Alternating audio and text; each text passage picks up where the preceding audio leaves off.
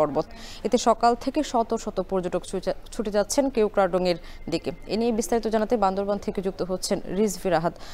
রিজভী, একদিকে পূজার ছুটে, অন্যদিকে দীর্ঘ সময় পর কেওক্রাডং খুলে দেওয়া হয়েছে, পর্যটকদের উপস্থিতি কেমন দেখছেন?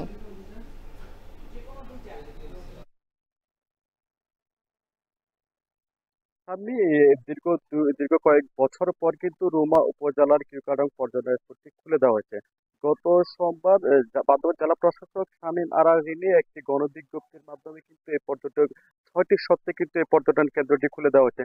দীর্ঘদিন পর রুমা উপজেলা এই পর্যটন স্পটটি খুলে দেওয়ার কারণেই কিন্তু সকাল থেকে কিন্তু শত শত পর্যটক কিন্তু এই এই পর্যটন স্পটটির দিকে কিন্তু ছুটে যাচ্ছেন বলে আমরা জানতে পেরেছি। আমরা যেমনটি রুমা উপজেলার বাসিন্দাদের সাথে কথা বলে জানতে পেরেছি, তারা এই পর্যটন স্পটটি খুলে দেওয়াতে তারা কিন্তু স্বস্তি প্রকাশ করছেন।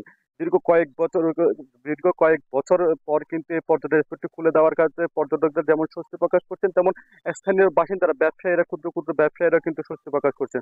ঈদের এবার টানা ছুটির কারণে কিন্তু একদম পর্যটকদের সকাল থেকে কিন্তু পর্যটকদের বান্ধবনে ভিড় হয়েছে। তো আমরা যেমনটি জানতে পেরেছি, কয়েক বছর পর এই পর্যটন স্পটটি খুলে দেওয়ার কারণেই কিন্তু বান্দরবানে কিছুটা এবার রুমা উপজেলার কিছুটা ব্যবসায়ীরা কিন্তু কিছুটা ব্যবসায়িকভাবে চাঙ্গা হতে পারেন। তারা কয়েক বছর ব্যবসার কারণে কিন্তু তারা কিছু ক্ষতিগ্রস্ত হয়ে বলে আমরা জানতে পেরেছি। মূলত কেএনএফ এর তাণ্ডবের কারণে কিন্তু রুমা এবং থানচি উপজেলায় কিন্তু এসব এসব রুমা এবং থানচি উপজেলায় কিন্তু পর্যটনের উপর নিষেধাজ্ঞা দেওয়া হয়েছে। মূলত ৬টি শর্তে কিন্তু পর্যটকরা চাইলে পর্যটকরা যেতে পারবেন রুমা উপজেলায় কেওক্রাডং পর্যটন স্পটটিতে। এই ছিল আমার কাছে সর্বশেষ তথ্য। বান্দরবান থেকে যুক্ত হয়েছিলেন রিজভী রাহাত।